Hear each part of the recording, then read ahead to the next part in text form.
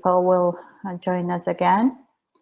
Now we are starting to switch to the next session of today's event, which is more practical information oriented, so to speak. And in this section, our invited expert will be talking about the roadmap of implementing those joint and double degree programs. And as she already mentioned, we'll be providing the best practice examples.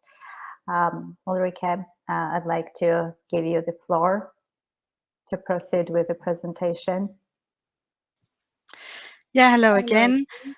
So I will start with some case studies just to give you an overview about the different formats and you can use, and just to give you an example for each of the formats. And then I will give a brief overview about the roadmap of implementation of such programs.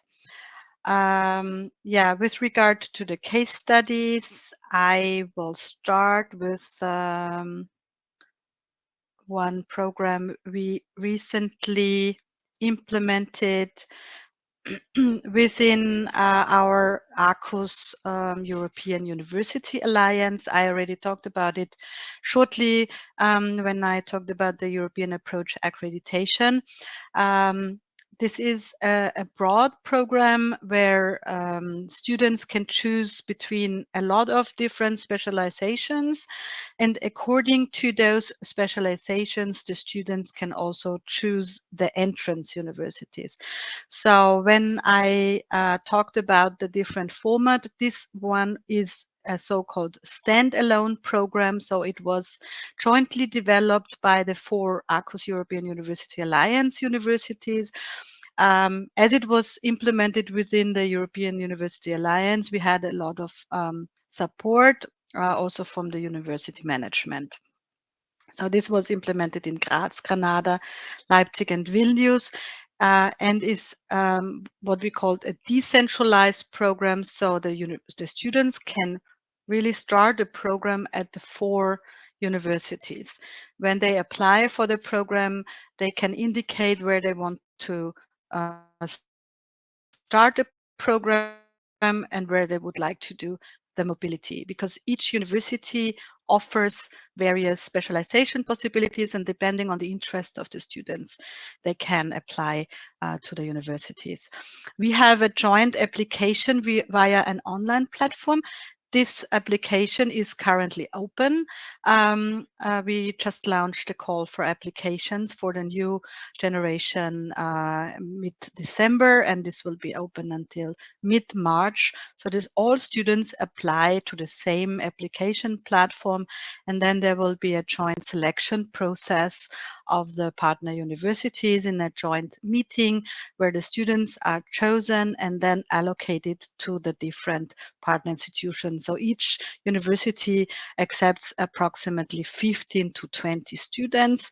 So normally we select more, because in those international programs there is always a very high dropout rate before starting the program, because those students normally apply to various programs and then see where they get accepted and then choose if they have more choices available.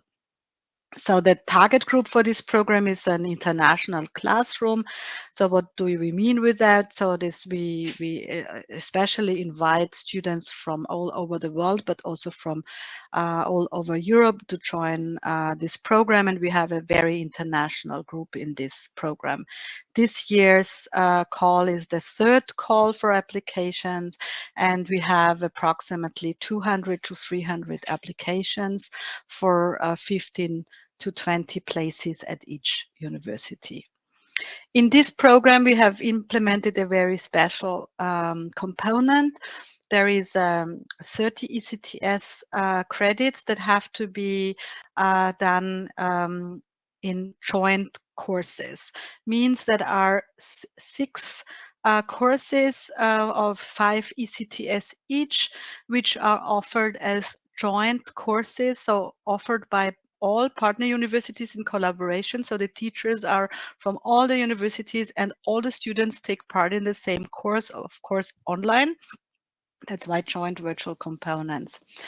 The students have 1 or 2 mobility options, and the funding is available via the regular Erasmus mobility funding scheme. This program is not an Erasmus Mundus program because students can also choose not to go on physical mobility, but only do the 30 credits virtual mobility components.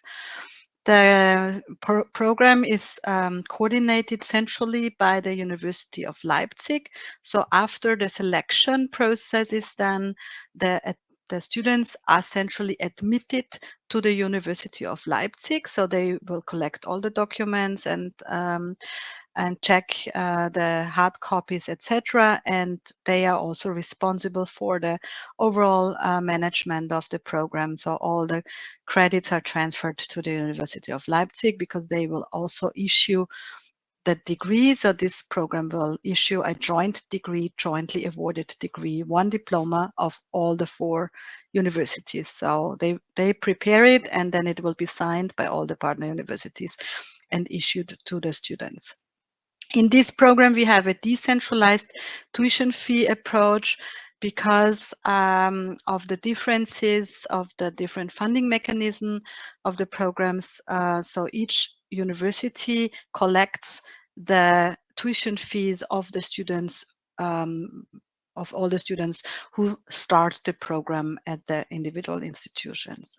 And this program was accredited by this European Approach accreditation. So it was only accredited once by one accreditation agency for all the partner universities. And this is how the program is organized. So we have it organized in modules. Each module has 10 ECTS except one, which is the joint online colloquium in semester 4, which is connected to the master thesis as well. And in the modules 1, 2, 3, 4, and 7, these are the joint online courses. These modules consist of 1 joint online course and 1 local course the students have to complete at the different locations.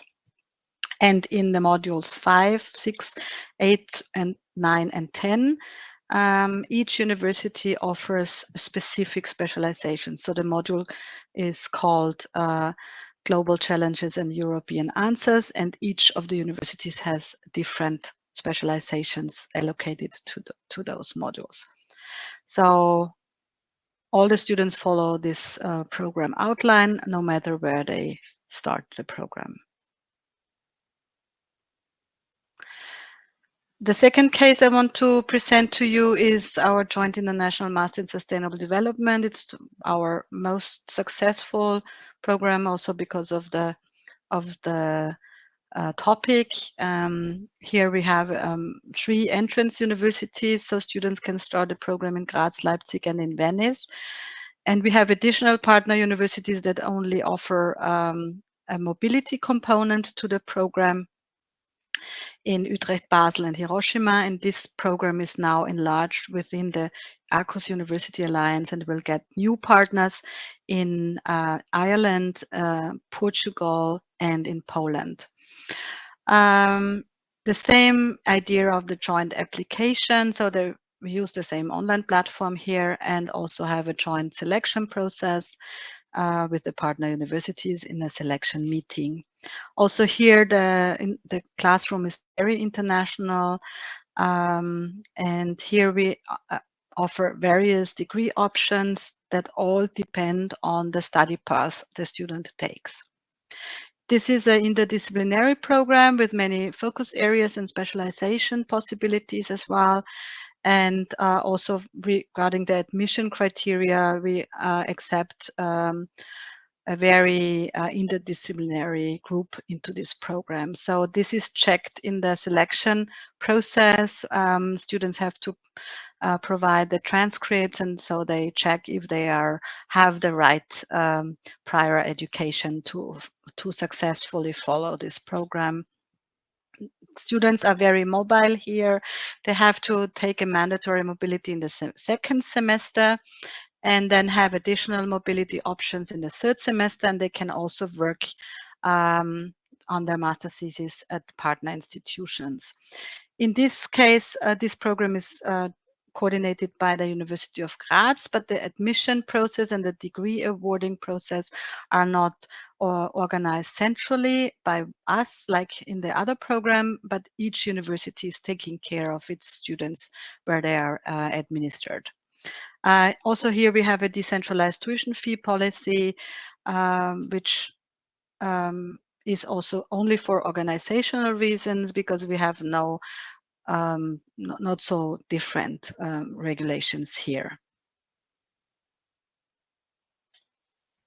Here it is organized like this, that the students at the entrance universities, so the 3 universities that offer the program full, they start with a module of 30 ECTS credits, which is called Basics.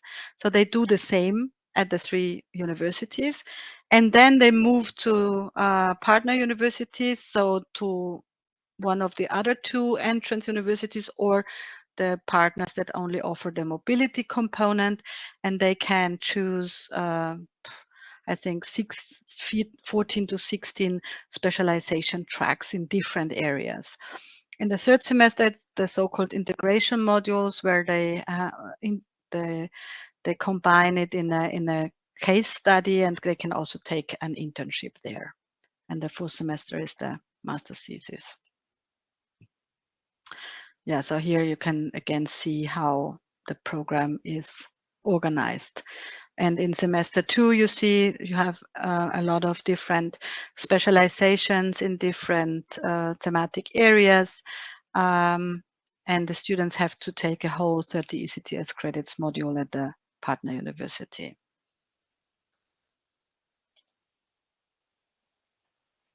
We also have a joint degree with a Japanese university, which is organized similar.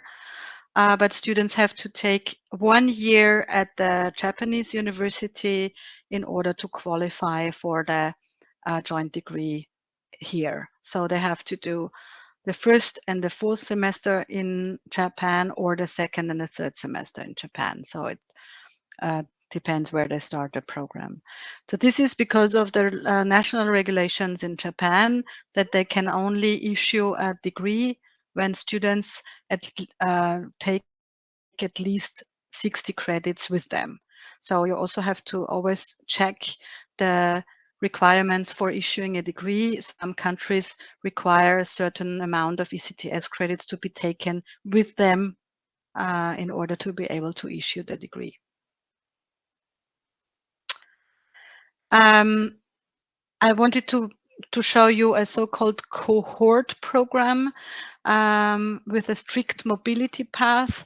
This is a master's program in cybersecurity and cyber intelligence offered by the universities Padova, Granada, Vilnius, and Minho. Unfortunately, this somehow was deleted here. So 4 universities, and these students all start in Vilnius, in Padova, and then go to all the partner universities, while the fourth semester they take at the University of Minho in Portugal. So this is one cohort of students, so about 25 students who all start together and then move from one place to the other. I mean, this is a true joint program, I would say, but also we have to face here some challenges, especially when you have an international group coming from outside Europe, that students will need to ask for to apply for visas, residence permit, and also you cannot use the regular Erasmus grant for the full time. So you need to check how to organize that students can get also scholarships and some financial support during their mobility phases. And then also here you need to check the academic calendars of the universities, because sometimes you have overlapping calendars and you need to be careful with that, so that students are not stressed when they move from one university to the other in a cohort program. Of course, you could also organize a cohort program in a way that the students start at one university and then can choose a mobility at one of the universities, but they do not follow at all the universities, but only at 2 universities, for example. But then you need to check if the issuing of a joint degree of all 4 universities is possible, or if you need to go for a double degree of those universities where the students actually studied.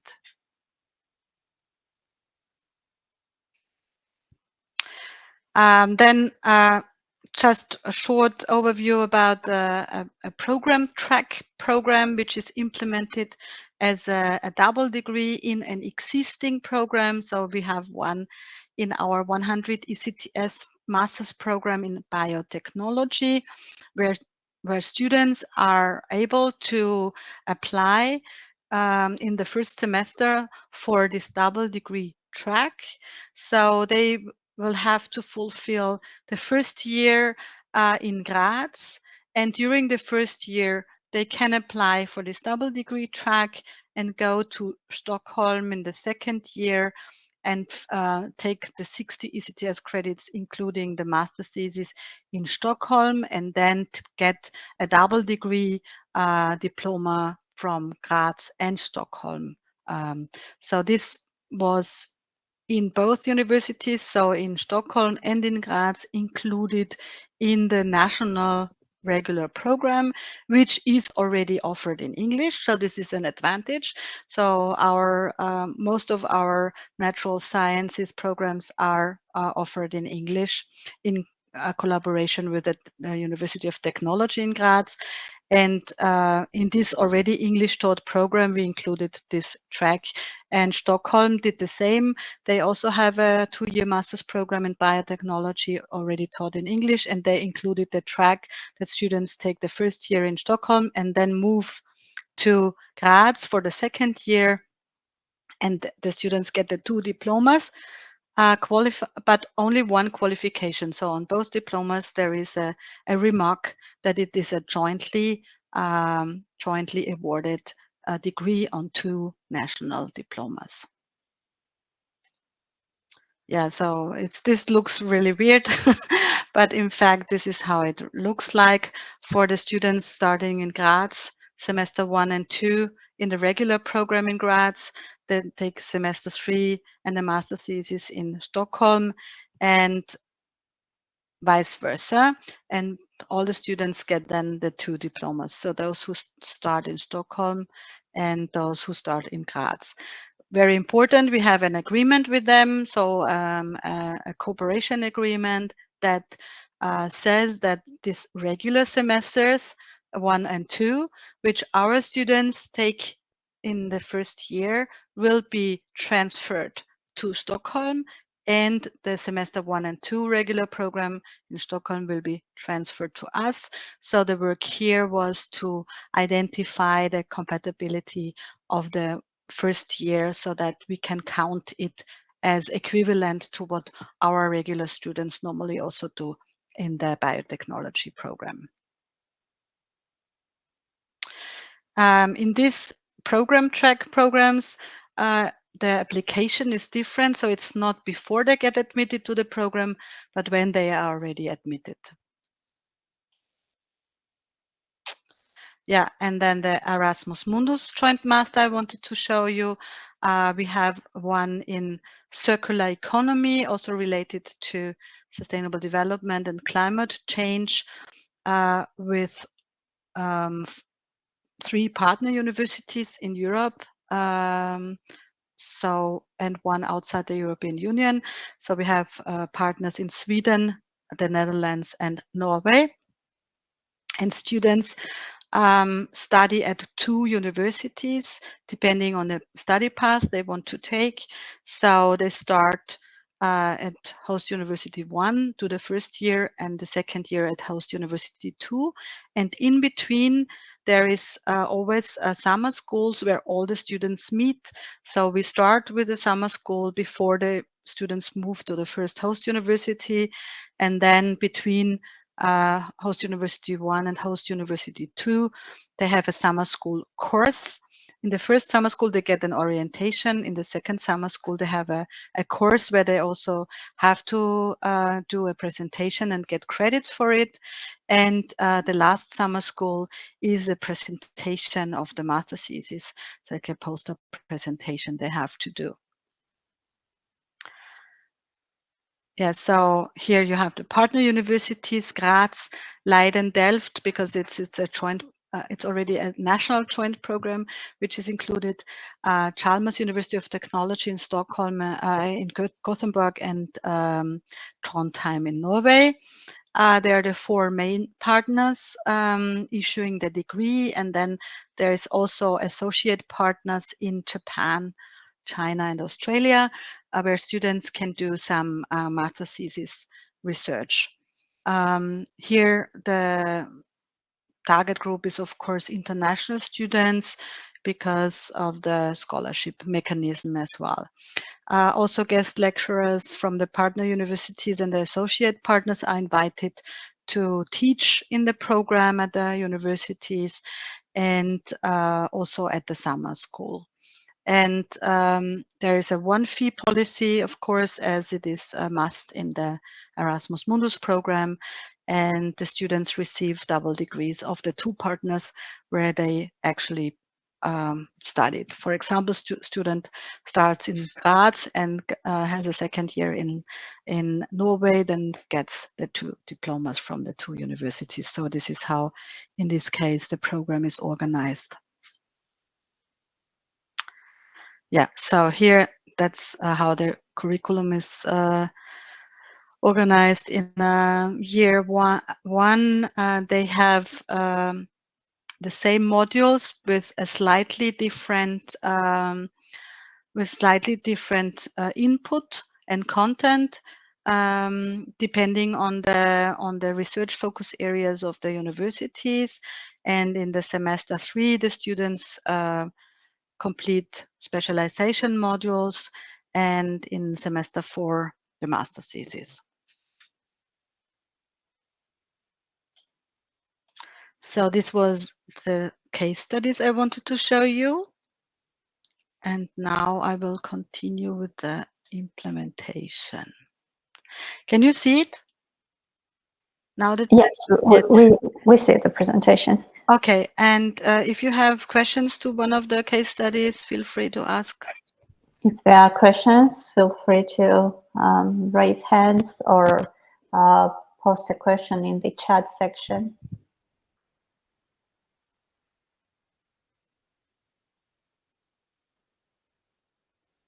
Then I will Based continue. on your experience, actually you are implementing these joint and double degree programs through various grant programs, right? Such as Erasmus Mundus, for example, European University Alliances. Yeah. Which one is more recommended for a university which is considered somewhat newcomer when it comes to implementing the joint and double degree programs, and when they are doing this the first time? Yeah, that's difficult to do. I mean, if you do not rely on funding, which is normally very often not the case, then we have a lot of programs implemented without additional funding. We just use, for the mobility of students, we use the Erasmus Plus or the Erasmus Plus ICE mobility funding. But for offering the program, so each university sustains the program as a regular program. by our own funding. So this is normally the most sustainable way to implement the program, because you do not rely on external money, which when it comes to an end, very often also those programs come to an end. But of course, various of those programs we have now running, we implemented by using project schemes, like, for example, the Erasmus Mundus design measures. So this is for preparation, or like a capacity building program, previously known as Tempus projects, where you can implement the programs or design the programs with the help of additional funding. But then you really need to make sure that at the institutions you can somehow sustain the program yourself without any additional funding. And the best ones and the most integrated ones, you can go for an Erasmus Mundus application, because there you not only get the scholarships for the students, but also you can cover some institutional costs, because you get 18,000 euros per student to cover additional or existing institutional costs or tuition fees. But we are always worrying about the, when it ends, you get the money for 4 years, and then afterwards you also need to have a sustainability plan in place. And very often it's very difficult to sustain those programs without making major changes to the program, because you cannot then offer like all the summer school and everything for free. Because when you first had this high funding and then without any additional funding. So make sure you organize the programs in a way that you can at least sustain it somehow yourself, and have a look at the scholarship schemes to support the students when they are mobile. That's how we do most of the programs.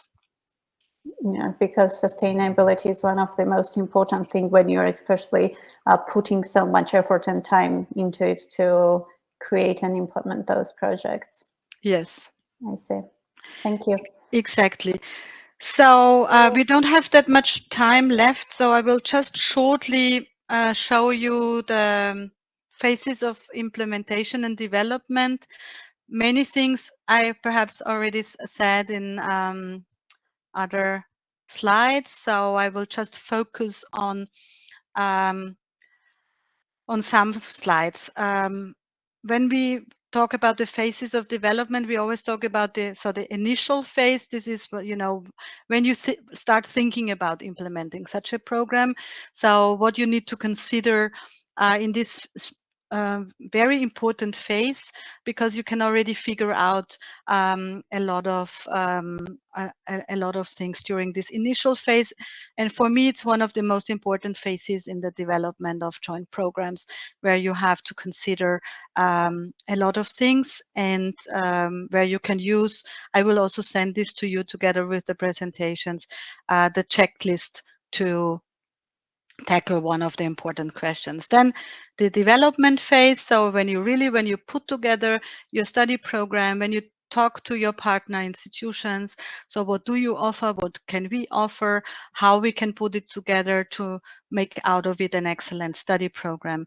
Then the implementation is the approval procedure, accreditation process of the program, and then of course the start of the program, where you also need to consider some important things.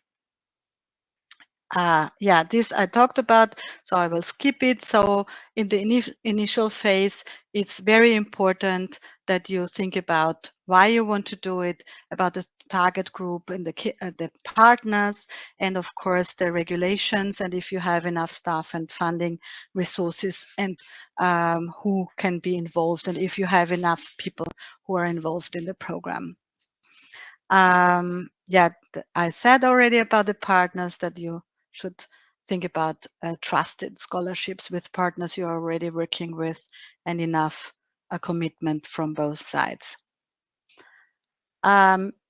If you are new in this topic, then perhaps before starting with the joint program with the partner institution, start with some low scale collaborations like student or staff exchange or joint courses and modules. We can also be on virtual exchange level, or some trainings where you take a group of students and visit the partner institutions in a workshop, or integrate some mobility windows as structured mobility into your study programs without issuing the full degree.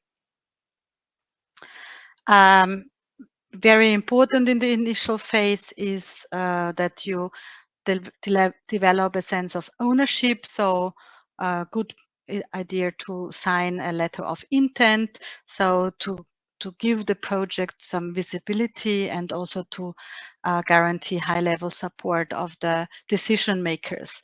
We had this situation sometimes that the academics were very enthusiastic and motivated, and then in the middle of the implementation, the decision-making bodies of the university said no because they were not aware of the project.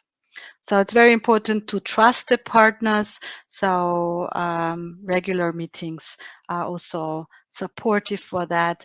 And it's also always important that you also involve administrative staff as part of the project team when you develop these programs. Yeah, so I will skip the stakeholders within and outside. Yeah, the level of integration. You need to discuss with your partners how much of the different organizational processes you would like to organize jointly with the partner institutions. So this involves the application and selection process, supervision, examination, student administration, the mobility, the tuition fee policy, financial management, and define the possible study path for the students, and tackle the issue of the degree certification. So you should already talk about it before you even start developing the program.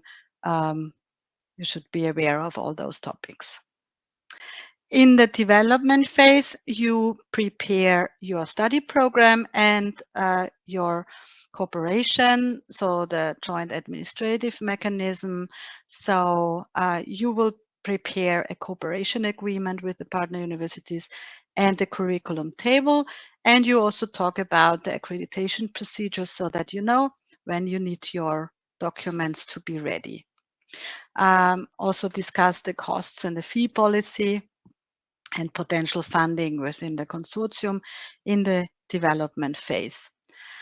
The cooperation agreement as the centerpiece of your collaboration. You can put all these main components. We also have available a template with already where we put together existing agreements we already did, just to give our academics who are currently implementing the program an idea how they can put all these points into the agreement. So you put there the consortium, so who are your partners, the responsibilities of your partners, the objective of the program, the target group, the application and admission, the structure of the study program, the international components and the mobility path, the degree, the recognition mechanism, financing of the program, student administration, communication and promotion, quality assurance, and in addition, you can also put some information about data protection and liability, duration, termination of the agreement. Yeah, so this has to be negotiated by all partners and of course also checked by our partners. So make sure you have enough time to check all the different regulations, what you put in the agreement, so that you don't have a surprise just when you already have it ready for signature. So involve all the legal departments early enough to check if everything is in order before you get the signatures on the agreement. And the curriculum, of course, we always put the curriculum as annex to the agreement as well. So the structure of the program and the module description, sometimes more detailed syllabus and allocation of workload and credit among the partners, a grade conversion table of the different grading systems, and the recognition mechanism and examination regulations. Very important that you have a well-defined program goals, well-defined competencies and qualification profile, learning outcomes of the different modules, and clear study path for the students. Yeah, the degree awarding documents, you also have to decide on that, and then take care of the different partners regulations, because even if, for example, your framework law allows for a joint degree diploma, sometimes you have other regulations that are more challenging, like, for example, in some countries, diplomas are printed in a national printing company, or you have to use specific paper, or you have to use specific languages or specific data, which is allowed in one country but not allowed in the other country because of data protection regulations. So therefore, even when partners say, yes, we can do it, always take into consideration that, as we say in German, the devil can be in the details.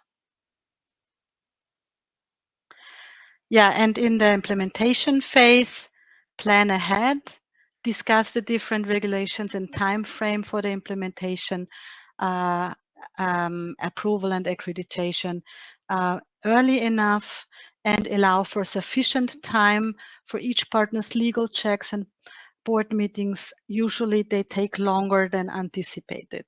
So this is our experience we made. When you say it takes half a year, consider a year, because it is like a little bit a ping pong when there is a legal check at one partner and you get information you need to change something, then of course this also affects your own procedures. During that phase, you can already think about promotion activities for the new program and the application and selection procedure, and also think about student services you will need when students start the program. Yeah, I talked about this already long, so I will leave this. You can read through this when I send the presentation about local approval procedures and also internal or external different accreditation approaches, because here each university has perhaps different requirements. And when you start the program, this is the time when you have a look if everything that you designed and prepared is working in reality. So time for a first reality check if everything worked well, like the selection and admission, if the student cohort mirrors your target group, or if you need to adapt here something.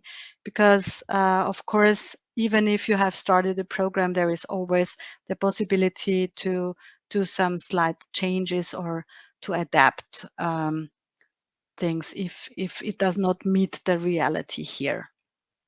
When you start a program, you also start thinking about finalization of the format and the procedures of your degree. So if you haven't decided yet, it's the time when you discuss in your next meetings how the diploma should look like, or how the diploma could look like, and who is taking care of issuing it. So to sum up everything, what is very important, define your goals. So you really should know why you do this work and implement such a program, and also define your target group, so the students you want to attract. Base your joint program on existing small-scale cooperation to work with trusted and well-known partners. academic cooperation and communication are the key elements. So it's not so much the degree you issue at the end, it's really the academic collaboration within your study program that will attract your students. Get to know each partner institution and check the legal frameworks right at the beginning and ask the right questions from the beginning. Okay, so this was a very fast presentation through the implementation process. If you want, I can send you a more detailed information together with the presentations I'm going to send to you. That would be wonderful. With some more detailed information, also a checklist for the cooperation agreement, for example. I can besides, it would be helpful for those institutions and representatives of those institutions who did not manage to attend to today's event, so they can have a clear idea to look into the materials. So yes, it would be helpful. And we got a question from Anna Nogorgodze. Thank you for your interesting workshop. My question would be, according to your experience in the long run, to what extent is the international office involved in the program management?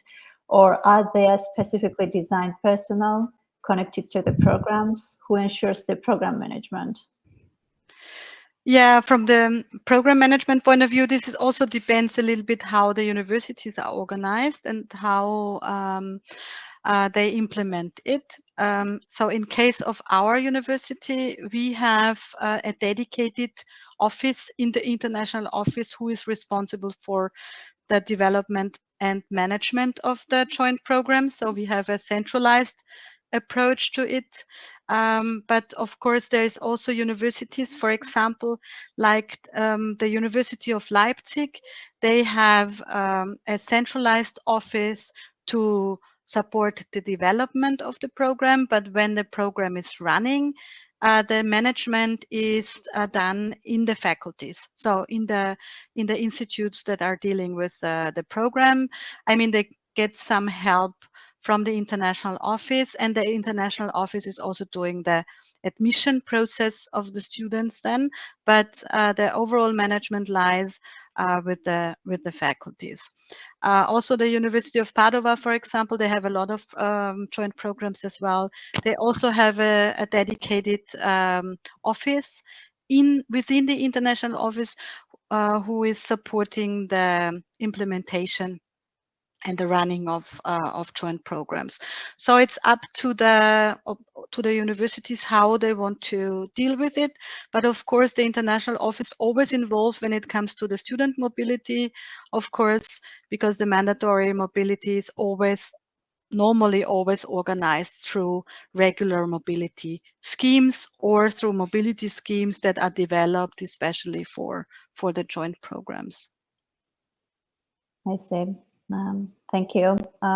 If there is any more questions, feel free to ask those, or if you have more comments.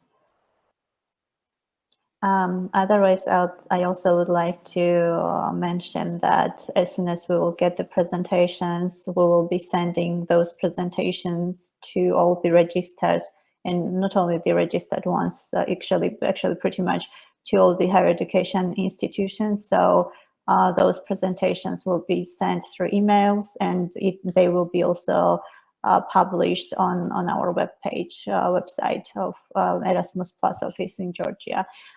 So those materials will be available as soon as we get those. I also wanted to mention that in our University Alliance, and I have on the last slide, I have also the web page of it. We are currently working on providing because we also provide trainings within our alliance, and we will provide those trainings as webinars and also as some training videos, and we will publish it on the public website, because then also people from outside the alliance will be able to have a look at it and use it if they find it useful. So it will still take some months until we have it available, but just to perhaps have a look at it in the second half of 25, there will be trainings material available also on the website of our University Alliance. That's very good for those institutions who are actually planning to implement. I guess having available those resources and webinars will be very useful and as a best practice examples to learn from it. Yeah, because the most important thing is that you also, train other people just so that they know the principles, because very often the implementation process lies with 2 or 3 people of the university, but then you also need to involve internally, you involve your international office, your admission office, perhaps the office responsible for quality assurance, in our case also the dean's office, the exam office, and so on, and they have no idea what this is about. So our idea was to disseminate as much information as possible also to related offices and related departments, so that they can have an overview of what this is about, because sometimes not so easy to manage these programs, because as I said at the beginning, for some of the procedures you will need to find individual workflows that are other than your regular workflows. All right. Thank you so much for your time. It was not the same length as the other times, but still, I guess it was very informative and exhaustive at some point for you. No, not that, but it was like really like I had the feeling that I had to run fast through a workshop that I normally do in 1.5 days. But I hope that it was nevertheless also interesting and useful, even though we had a very condensed information. Right. Besides, attendees have had an opportunity to ask questions, and those materials will be available. So, in case of further questions, they can dig into it. So, thank Of you course. so much for your time. You're And welcome. wishing you everyone a good rest of the day. Thank you.